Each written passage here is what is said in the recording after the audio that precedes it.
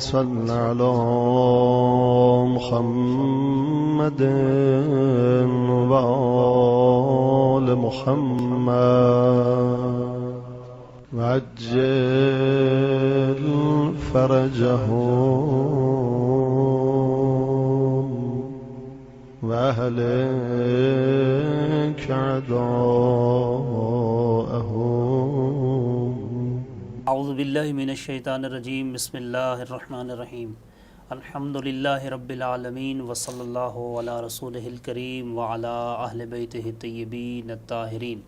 تمام حمد و ستائش پروردگار عالم کے حضور جو اپنی عظمت کے ساتھ دلوں پر روشن و منور ہے اور اپنی عزت کے ساتھ آنکھوں سے نہاں ہے. درود و سلام ہوں ذات مصطفیٰ اور ان کی آل پر کہ جن کے وجود پر نور کی تجلیوں کے سبب آفتاب و مہتاب دنیا روشن و منور ہیں. بارگاہ امیر المومنین سے ادارہ معارف ولایت کے پروگرام فقہی مکالمہ میں تمام ناظرین کو ایک مرتبہ خوش آمدید. ناظرین محترم، ماہ مبارک رمضان پروردگار عالم کی طرف سے ایک ایسی عظیم نعمت ہے کہ جس میں انسانوں کو یہ فرصت میسر ہے کہ وہ اپنے گناہوں کی معافی اور اپنے خدا کو راضی کر سکیں. ناظرین محترم، ویسے تو کسی بھی دن اور کسی بھی مہینے میں قرآن مجید کی تلاوت کی جائے تو وہ قارئ ثواب بھی ہے اور باعث ہدایت بھی ہے، لیکن تعلیمات اہل بیت علیہم السلام کی طرف جب ہم متوجہ ہوتے ہیں تو حضرت امام صادق علیہ السلام کا ایک فرمان جو ہمارے سامنے ہے. امام فرماتے ہیں کہ لکل شیء ربیع و ربیع القرآن شہر رمضان.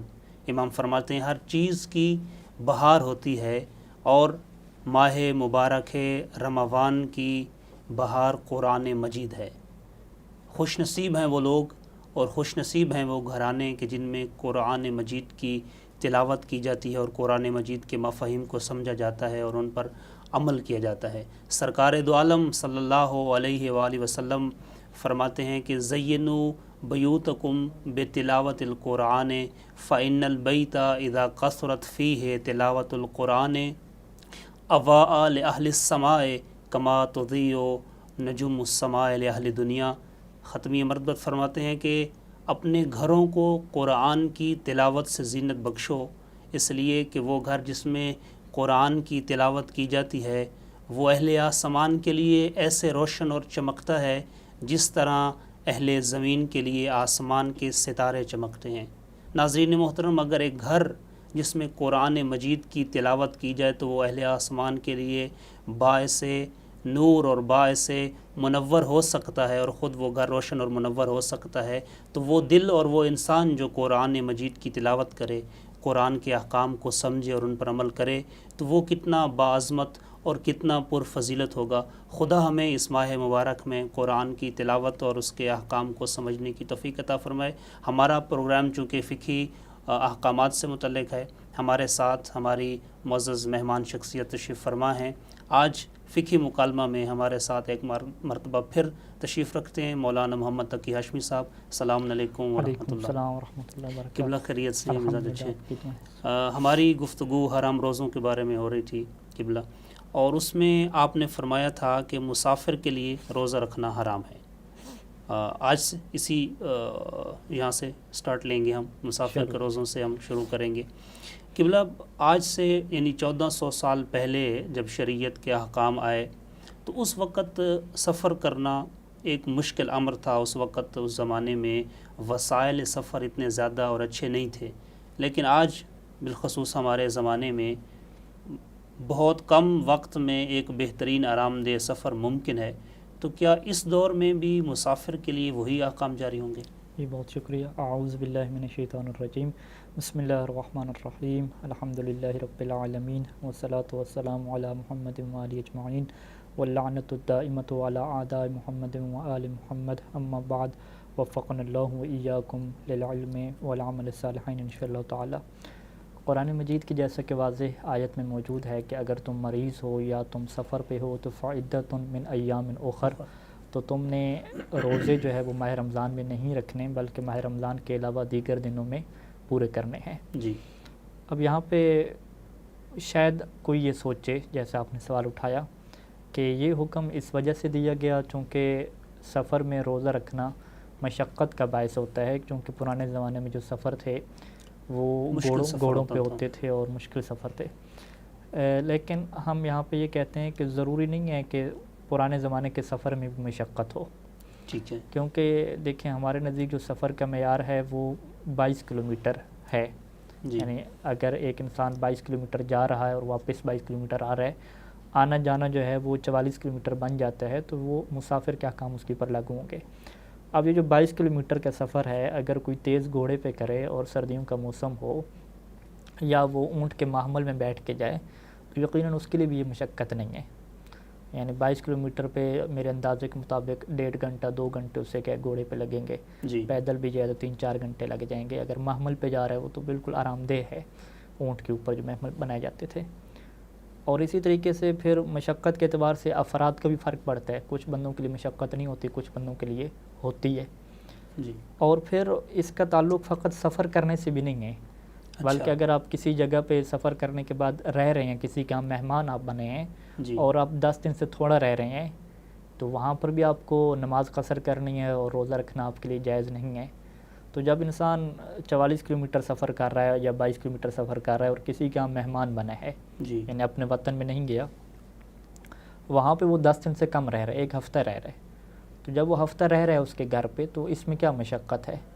بلکہ جو مہمان ہوتا ہے وہ الٹا سہولت میں ہوتا ہے. کھانا پینا بھی اس کو مل رہا ہے، کوئی کام بھی اس نے نہیں کرنا، سودا سلف کے لیے اس نے باہر نہیں جانا، اس کی مکمل کیا ہے خدمت داری ہو رہی ہے. صحیح. یعنی اس سہولت کے باوجود بھی شریعت نے کہا ہے کہ نہیں، روزہ نہیں رکھ سکتا. بلکہ یہ تو 10 دنوں کی بات ہے. بعض اوقات مہینہ اگر وہ تردد کی حالت میں ہے، شک کی حالت میں ہے، جیسا کہ ہم انشاءاللہ نماز کے جب احکام ڈسکس کریں گے تو تفصیل سے بیان کریں گے کہ اگر ایک انسان کو 10 دن رہنے کا یقین نہیں ہے اور مہینہ اسی حالت میں گزر جاتا ہے کہ پتہ نہیں کب جانا ہے، کب میرا کام ختم، اس کو معلوم نہیں ہے کہ اس کو معلوم نہیں ہے، تو وہاں پر حکم کیا ہے کہ پورا مہینہ یہ انسان کیا کرے گا؟ نمازی میں قصر پڑے گا اور روزہ بھی نہیں رکھے گا. اچھا، نمازیں بھی قصر ہوں گی اس کی صورت میں. اور پورا مہینہ جو رہ رہا ہے ایک انسان، یعنی یہ بات مشقت سے ہٹ کے ایک سفر کی بات ہو رہی ہے. تو لہٰذا شریعت کے اگر ان احکام کی طرف ہم دیکھیں تو بالکل واضح بات سامنے آتی ہے کہ اس کا تعلق مشقت سے نہیں ہے. یہ اللہ تعالیٰ کا ایک حکم ہے اور اس کی ہم نے کیا کرنی ہے؟ پابندی کرنی ہے. اگر ہم اس کی وجہ اور اس کی علت کے پیچھے جائیں کہ ایسا کیوں ہے، تو علل الشرائع میں شیخ صدوق علیہ الرحمہ نے کچھ روایات کو ذکر کیا ہے کہ جس میں سے ایک روایت ہے رسول خدا سے کہ جس میں رسول خدا صلی اللہ علیہ وسلم فرماتے ہیں کہ ان اللہ عز وجل اہد الی و الی امتی ہدیۃ لم یہدھا الی احد من الامم، کہ اللہ تعالیٰ نے میری طرف اور میری امت کی طرف ایک ایسا ہدیہ بھیجا ہے کہ لم یہدھا الی امم الی احد من الامم، کہ جو کسی بھی رسول کی، کسی بھی نبی کی امت کی طرف نہیں بھیجا گیا. اور یہ ہدیہ کیوں ہے؟ کرامت من اللہ، اللہ کی طرف سے خصوصی کرامت ہے اور خصوصی ہمیں عزت دی گئی ہے. یعنی یہ ہدیہ ایک خصوصی ہماری قوم کے لیے ہے، ہمارے لیے ہے، امت رسول کے لیے. تو اصحاب نے پوچھا کہ وہ ہدیہ کیا ہے؟ تو قال رسول اللہ صلی اللہ علیہ وسلم الافطار فی السفر والتقصیر فی الصلاۃ، کہ سفر میں کیا کرنا؟ افطار کرنا، روزہ نہ رکھنا اور نماز کو قصر کرنا. یہ کیا ہدیہ ہے؟ پھر آگے ایک جملہ فرمایا رسول خدا نے کہ فمن لم یفعل ذلک، جو اس ہدیے کو قبول نہ کرے اور ایسا نہ کرے تو فقد رد علی اللہ عز وجل ہدیتہ، تو اس نے اللہ تعالیٰ کو اس کا ہدیہ واپس کر دیا ہے. اور ظاہری بات ہے یہ ایک بات کیا ہے؟ توہین شمار ہوتی ہے. اگر آپ اپنی خوشی سے کسی کو ہدیہ پیش کر رہے ہیں اور وہ اگلا کہے کہ قبلہ صاحب کوئی ضرورت نہیں، آپ لے جائیں سے، ٹھیک ہے، تو یہ کیا ہے؟ توہین شمار ہوتی ہے. اچھا، معذرت 2 چیزیں، یہ خود روزہ ہدیہ ہے پروردگار عالم طرف سے، یہ سفر میں افطار؟ سفر میں افطار. اچھا، سفر میں آپ کو کہا گیا کہ آپ افطار کریں گے، نماز جو 4 رکھتی ہے وہ 2 رکھتی پڑھ کے پڑھیں گے. یہ ایک آفر دی گئی ہے، ایک ہدیہ ہے، پروردگار سے سہولت دی گئی ہے، اور یہ سہولت جو دی گئی ہے یہ ہدیہ کے طور پہ ہے. ٹھیک ہے. اس وجہ سے اس کے بعد ایک اور روایت امام صادق علیہ السلام سے ہے کہ اسحاق بن عمار جو ہے وہ یحییٰ بن ابی علا سے یہ کہتا ہے کہ ایک دفعہ جو ہے وہ امام صادق علیہ السلام نے فرمایا کہ رسول خدا تشریف فرما تھے تو ایک بندہ آیا، اس نے رسول خدا سے سوال کیا کہ یا رسول اللہ اصوم شہر رمضان فی سفر، کہ کیا میں ماہ رمضان کا روزہ سفر میں رکھوں؟ تو امام نے فرمایا کہ نہیں، منع فرما دیا. اچھا، پھر اس نے کہا کہ یا رسول اللہ انہ علیہ یسیر، کہ اے اللہ کے رسول یہ روزہ رکھنا میرے لیے آسان ہے، یسیر ہے، بالکل جو ہے وہ آسانی سے میں رکھ لوں گا، کوئی مشکل نہیں میرے لیے. تو پھر پیغمبر السلام نے ایک جملہ وہاں پر ارشاد فرمایا کہ قال رسول اللہ صلی اللہ علیہ وسلم صلی اللہ علیہ ان اللہ عز وجل تصدق علی مرضى امتی و مسافریہ بالافطار فی شہر رمضان، کہ اللہ تعالیٰ نے ایک قسم کا صدقہ نازل کیا ہے تمہارے اوپر اور میری امت کے اوپر. اور کون سی میری امت کے افراد؟ مرضى و مسافریہ، جو مریض ہیں اور جو مسافر ہیں ان کے اوپر کیا صدقہ نازل کیا ہے کہ وہ ماہ رمضان میں افطار کریں گے، ماہ رمضان میں روزہ نہیں رکھیں گے. پھر پیغمبر علیہ السلام نے اس سے ایک سوال پوچھا کہ ایعجب احدکم اذا تصدق بصدقۃ ان ترد علیہ صدقته، کہ کیا تمہیں یہ بات پسند ہے اور تمہاری اخلاقیات کے دائرے میں یہ بات آتی ہے کہ تم اگر کسی کو صدقہ دو، کوئی تحفہ دو اور اگلا بندہ اسے قبول نہ کرے واپس کر دے؟ تو یعنی یہ بات بالکل اخلاقیات کے برخلاف ہے. ہمارے یہاں معاشروں میں جب کوئی دوست کسی کو صدقہ دیتا ہے تو لوگ اس کو قبول کرتے ہیں، ان کو جا خدا کی ذات کی طرف سے جیسے یہ صدقہ دیا گیا ہے. خصوصاً اس روایت میں جو ہدیہ کے الفاظ ہیں پہلی روایت میں کہ ہدیہ اور صدقہ کسی کو آپ دیں اور وہ آپ کے صدقے کو اور ہدیے کو رد کر دے، واپس آپ کو پلٹا دے، تو یہ توہین شمار ہوتی ہے. لہٰذا اسی وجہ سے جو ہے وہ وسائل الشیعہ میں اور دیگر کتابوں میں روایات نقل کی گئی ہیں کہ ایک مشہور روایت ہے کہ امام صادق علیہ السلام فرماتے ہیں کہ کچھ لوگوں نے جو ہے وہ رسول خدا کے زمانے میں روزے رکھے. قد صام اناس علی عہد رسول اللہ، پیغمبر اسلام کو جب یہ خبر ملی کہ انہوں نے ماہ رمضان میں روزے رکھے ہیں اور وہ مسافر بھی تھے، فسماہم العصات، تو پیغمبر اسلام نے انہیں عاصی اور گناہ گار کا نام دیا، یعنی جنہوں نے روزے رکھے جنہوں نے لوگوں نے سفر میں روزے رکھے اور پیغمبر اسلام کہ یہ لوگ گناہ گار ہیں. اور پھر پیغمبر نے فرمایا کہ لا صیام فی السفر. اور روایات میں یہ ہے کہ امام صادق صاحب نے فرمایا تھا کہ جو بندہ جو ہے وہ ماہ رمضان میں سفر میں ہو اور وہ روزہ رکھے تو میں اس کی نماز جنازہ تک نہیں پڑھاؤں گا. اچھا، یہاں تک بھی روایات موجود ہیں. اور خود امام صادق صاحب فرماتے تھے کہ ہمارے ہاں جو جنگ بدر ہوئی وہ ماہ رمضان میں ہوئی، فتح مکہ ماہ رمضان میں ہوئی، اور پیغمبر اسلام نے پورے ماہ رمضان میں کیا روزے نہیں رکھے کیونکہ وہ جنگ میں تھے، سفر پہ تھے، تو انہوں نے روزے نہیں رکھے. یعنی معذرت سے آغا صاحب، ان روایات سے تو یہ ظاہر ہو رہا ہے کہ جو لوگ سفر میں یہ سمجھتے ہیں کہ روزہ رکھ لیں گے اور عبادت ہوگی ہماری اور خدا راضی ہوگا، مطلب یہ ہے کہ خدا کو راضی کرنا ہے تو جس طرح انہوں نے حکم دیا ہے بالکل کہ بھئی آپ گھر میں ہیں، حضر میں ہیں تو آپ نے روزے رکھنے ہیں، سفر میں آپ نے روزے نہیں رکھنے، تو خدا کی خوشنودی نہ رکھنے میں ہے. بالکل، یعنی یہ کنسیپٹ بالکل غلط ہے کہ آپ سمجھتے ہیں کہ شاید ہم نیکی کر رہے ہیں. جی جی جی. جو ہم نحو کی کتابوں میں ایک مشہور چیز جب الف لام کی بحث میں ہم پڑھتے ہیں وہاں پہ ہم ایک نظریہ پڑھتے ہیں کہ الف لام کو الف میم ہی پڑھتے ہیں. وہاں پہ ایک مشہور حدیث پیغمبر اسلام کی کیا نقل کی جاتی ہے جو اہل سنت کے ہاں بھی ہے، ہمارے ہاں بھی ہے، کہ لیس من البر الصیام فی السفر، یعنی وہ لیس من البر الصیام فی سفر اسے پڑھا جاتا ہے. لیس من البر کہ یہ کوئی نیکی نہیں ہے، الصیام فی سفر کہ آپ کیا سفر میں آپ روزہ رکھیں، یہ کوئی نیکی کا کام نہیں ہے، بلکہ یہ کیا معصیت کا کام ہے. تو بس واضح یہ ہوا کہ سفر کے دوران روزہ رکھنا ہمارے ہاں حرام ہے، کوئی آپشن نہیں ہے کہ آپ رکھیں یا نہ رکھیں، اور یہ اللہ تعالیٰ نے حکم دے دیا ہے. ایسا نہیں ہے کہ آپ کو آپشن دیا کہ رکھ لیں یا نہ رکھ لیں، اور اس کا تعلق کوئی مشقت سے بنتا نہیں ہے. نہ پرانے زمانے میں اس کا تعلق مشقت سے بنتا تھا، نہ آج کل اس کا تعلق کیا مشقت سے ہے. حسن، تم اچھا صاحب یہ تو آپ نے بڑے خوبصورت انداز سے بیان کیا کہ بھائی سفر میں روزہ رکھنا حرام ہے، اور پھر حرام بھی اس طرح کا ہے جیسے آپ نے روایات پڑھی کہ خدا کی ناراضگی کا سبب ہے یہ. اور میرا یہ سوال ہے کہ ایک ایسا انسان جس کو معلوم نہیں ہے کہ بھائی روزہ رکھنا سفر میں حرام ہے یا حرام نہیں ہے، بلکہ وہ یہ سمجھتا ہے کہ اس کو اختیار ہے کہ وہ روزہ رکھے یا نہ رکھے، اس کی مرضی ہے، تو اس شخص کا کیا حکم ہے؟ جی بالکل، اگر اس کو مسئلے کا علم نہیں تھا اور اس نے روزے میں معذرت ماہ رمضان میں کیا ہے اس نے سفر کے دوران روزہ رکھ لیا، جی، یا تو اسے خود حکم شرعی کا علم نہیں تھا کہ ایسا روزہ رکھنا حرام ہے، یا حکم شرعی کا علم تھا لیکن کچھ جو تفصیلات تھیں اس کا اسے پتہ نہیں تھا کہ اب میری یہ کیفیت ہے کہ میں روزہ نہ رکھوں یا رکھوں، اور اس نے بہرحال حکم شرعی سے وہ جاہل تھا تو اس نے کیا روزہ رکھ لیا، تو اس کا روزہ صحیح ہو جائے گا. اچھا. اس میں ہمارے سامنے منہاج کا 1027 نمبر مسئلہ ہے، اور روایات میں ہے کہ حلبی جو راوی ہے وہ امام صادق علیہ السلام سے نقل کرتا ہے کہ قال قلت له رجل صام فی السفر، کہ ایک بندہ ہے جس نے سفر میں روزہ رکھ لیا، اب اس کا کیا کریں؟ تو امام نے فرمایا کہ ان کان بلغہ ان رسول اللہ صلی اللہ علیہ وآلہ وسلم نہا عن ذالک، اگر اس تک یہ حکم پہنچا تھا کہ رسول خدا نے نہا عن ذالک، اس کام سے منع کیا ہے، فعلیہ القضاء، تو پھر تو اس کے اوپر روزے کی قضا کرنا واجب ہے. روزہ رکھا وہ کل عدم شمار ہوگا. کب؟ ان کان بلغہ، کہ اگر اس تک حکم شرعی پہنچا تھا. وَإِن یکن بلغہ، اگر حکم شرعی اس تک نہیں پہنچا تھا تو فلا شیء علیہ، تو پھر روزے کی قضا نہیں کرنی، وہ روزہ اس کا کیا ہو جائے گا؟ صحیح ہو جائے گا۔ یعنی خلاصہ کلام کیا ہوا کہ جس کو حکم شرعی کا علم نہیں تھا اور اس کے ذہن میں یہ بات تھی کہ شاید مسافر کو اس وجہ سے روزے سے روکا گیا کہ اس میں مشقت ہوتی ہے اور مشکل ہوتا ہے، اور اللہ نے مجھے اختیار دیا ہے کہ میں رکھ لوں، اور وہ رکھتا بھی رہا، تو چونکہ اسے حکم شرعی کا پتہ نہیں تھا تو اس کا روزہ کیا ہو جائے گا؟ صحیح شمار ہو جائے گا۔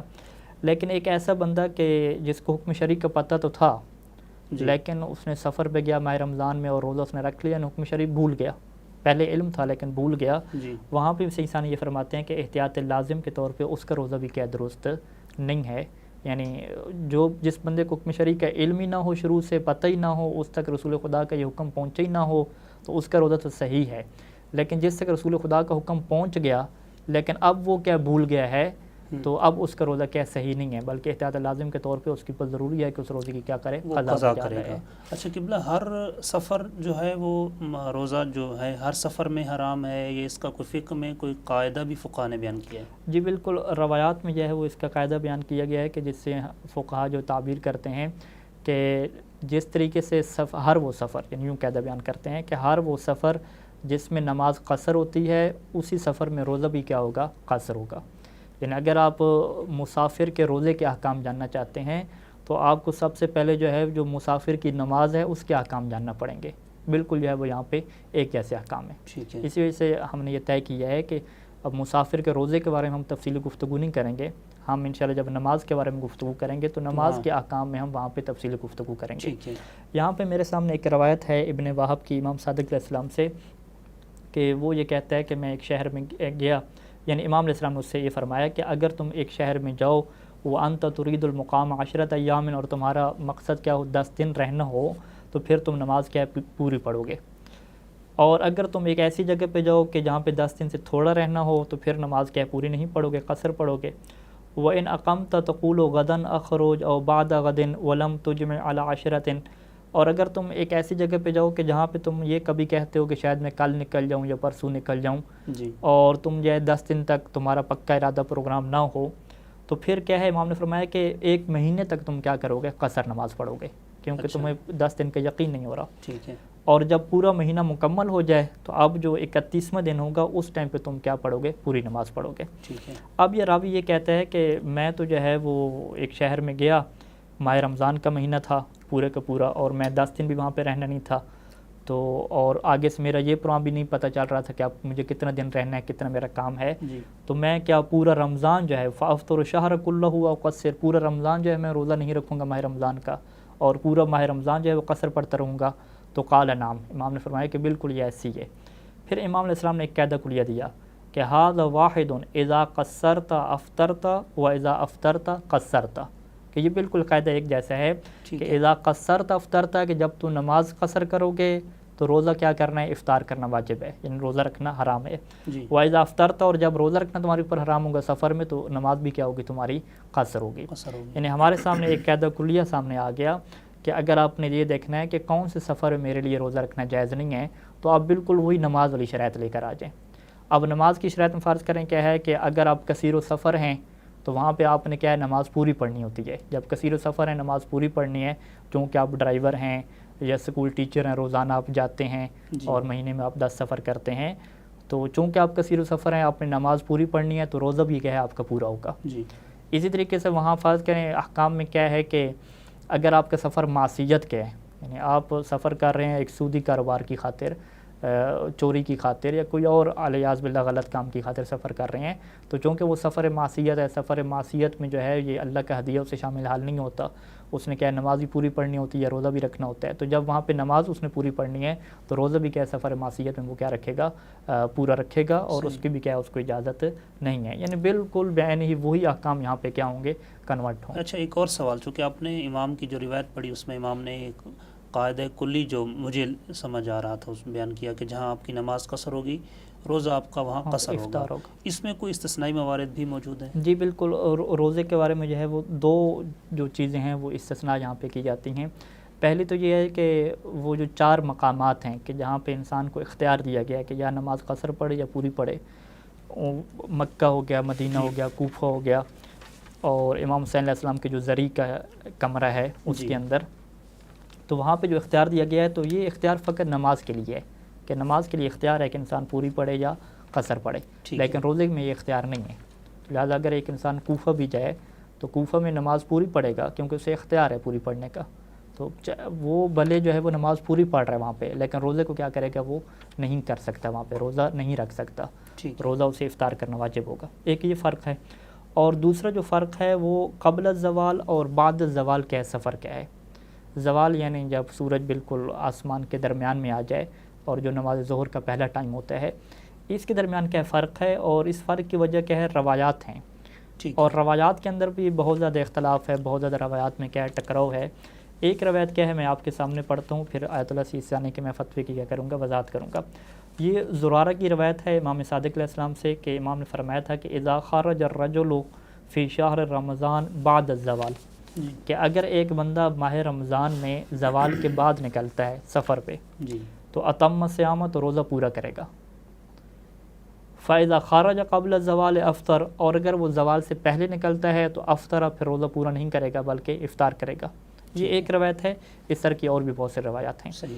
یعنی ہمیں جو مضمون سمجھ آ رہا ہے وہ کیا ہے کہ اگر زوال کے بعد آپ سفر کر رہے ہیں تو نماز تو آپ کو قصر پڑھنی ہے، کیونکہ ظاہری بات ہے آپ 22 کلومیٹر سفر کریں گے، نماز تو آپ کو قصر ہی پڑھنی ہے۔ جی لیکن اب یہاں پہ وہ امام علیہ السلام کا قاعدہ کلیہ نہیں آئے گا کہ اذا قصرت افطرت، کہ ٹھیک جب ہے۔ قصر کرو گے تو افطار بھی کرنا پڑے گا۔ جی نہیں، یہاں پہ ایک استثنائی موارد آ گیا کہ چونکہ آپ کا سفر زوال کے بعد جا رہا ہے تو زوال کے بعد آپ نماز تو قصر کریں گے، لیکن روزہ آپ کو کیا رکھنا ہے، پورا رکھنا ہے۔ یعنی قصرتا افطرتا والے قاعدے میں یہ نہیں ہے، یہ جب آپ نہیں نے ہے، بعد اس کو ہم زوال کیا کہتے ہیں، استثنائی آپشن ہے، ٹھیک ہے، استثنائی مورد ہو ٹھیک گیا۔ ہے۔ اسی طریقے سے زوال سے پہلے آ جائیں، زوال سے پہلے اگر آپ جا رہے ہیں تو وہاں پہ پھر یہ قاعدہ آ جائے گا، زوال سے پہلے آپ روزہ بھی افطار کریں گے، یعنی روزہ رکھنا آپ کے لیے جائز نہیں ہے، اور ادھر سے کیا ہے، نماز بھی آپ کیا کریں گے، قصر کریں گے۔ اور آیت اللہ سید سیستانی کے اگر آپ منہاج میں چلے جائیں اور مسئلہ نمبر 1038 پہ چلے جائیں، 1038، اس میں سید سیستانی نے اس بارے میں کوئی فتویٰ نہیں دیا، اچھا مکمل طور پہ یہاں پہ احتیاط واجب لگائی ہے، اور یہاں پہ احتیاط واجب یہ لگائی ہے کہ اگر کوئی زوال سے پہلے سفر کرتا ہے تو اس کے لیے افطار کرنا واجب نہیں ہے، جائز ہے، ٹھیک ہے۔ بلکہ واجب ہو جاتا ہے۔ دوبارہ پھر کہا بلکہ احتیاط لازم کے طور پہ واجب ہے کہ وہ افطار کرے۔ افطار کر کیا مطلب، یعنی روزے کی نیت نہ کرے، کیونکہ ہم انشاءاللہ روزے کی نیت میں یہ بحث کریں گے کہ روزے میں اگر آپ اپنی نیت بھی توڑ دیں اور یہ پروگرام بنا لیں کہ میں افطار کرتا ہوں تو وہ روزہ افطار ہو جاتا ہے۔ یعنی روزے میں افطار کرنا الگ چیز ہے، اور روزے میں کسی مفطرات کا ارتکاب کرنا الگ چیز ہے، دو چیزیں الگ ہیں۔ ٹھیک ہے۔ یعنی کھانا پینا الگ چیز ہے، اور فقط نیت سے روزہ توڑ دینا الگ چیز ہے۔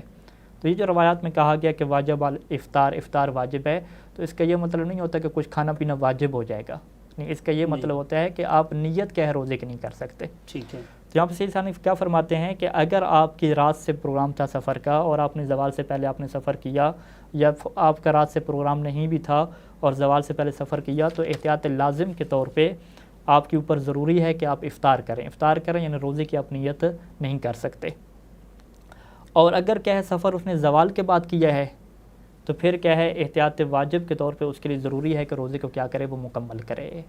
اچھا تو یہاں پہ یعنی بالکل وہی زرارہ کی جو روایت ہے وہی ہے، لیکن یہاں پہ فتویٰ نہیں ہے، یہاں پہ کیا احتیاط واجب ہے، چونکہ روایات کا اختلاف ہے، سند میں بحث ہے، ٹکراؤ ہے، تو اس وجہ سے یہ کیا ہے، اس میں یہ بحث کی گئی ہے۔ اور پھر یہاں پہ ایک اور نقطہ بھی ہے کہ اگر کوئی زوال سے پہلے سفر کرتا ہے، اور ظاہری بات ہے اگر وہ سفر اس نے شروع کر دیا جی اور حد ترخص کو بھی کراس کر لیا، تو اب اس کے لیے کیا ہے، روزے کی نیت کرنا تو جائز نہیں ہے، افطار واجب ہے، لیکن وہ زوال تک کچھ کھاتا پیتا نہیں ہے، ٹھیک ہے۔ یعنی اتفاق ایسا ہوا کہ کھایا پیا اس نے نہیں، اور زوال سے پہلے ایک ایسی جگہ پہ پہنچ گیا کہ جو اس کا وطن ہے، یا وہاں پہ اس نے 10 دن رہنا ہے، یہ واپس اپنے علاقے میں لوٹا یا واپس اپنے علاقے میں واپس آ گیا زوال جی سے پہلے، تو اب کہتے ہیں کہ احتیاط واجب کے طور پہ اس کے لیے ضروری ہے کہ وہ روزے کی نیت کر لے، اور اسی روزے کو وہ کیا کرے، مکمل اچھا کرے۔ ایک بات تھوڑی وضاحت طلب ہے، جب وہ گھر سے نکل رہا ہے، فرض کریں 9 بجے صبح ایک آدمی چلتا ہے، اور اس کو معلوم ہے کہ وہ 22 کلومیٹر سے زیادہ سفر کرے گا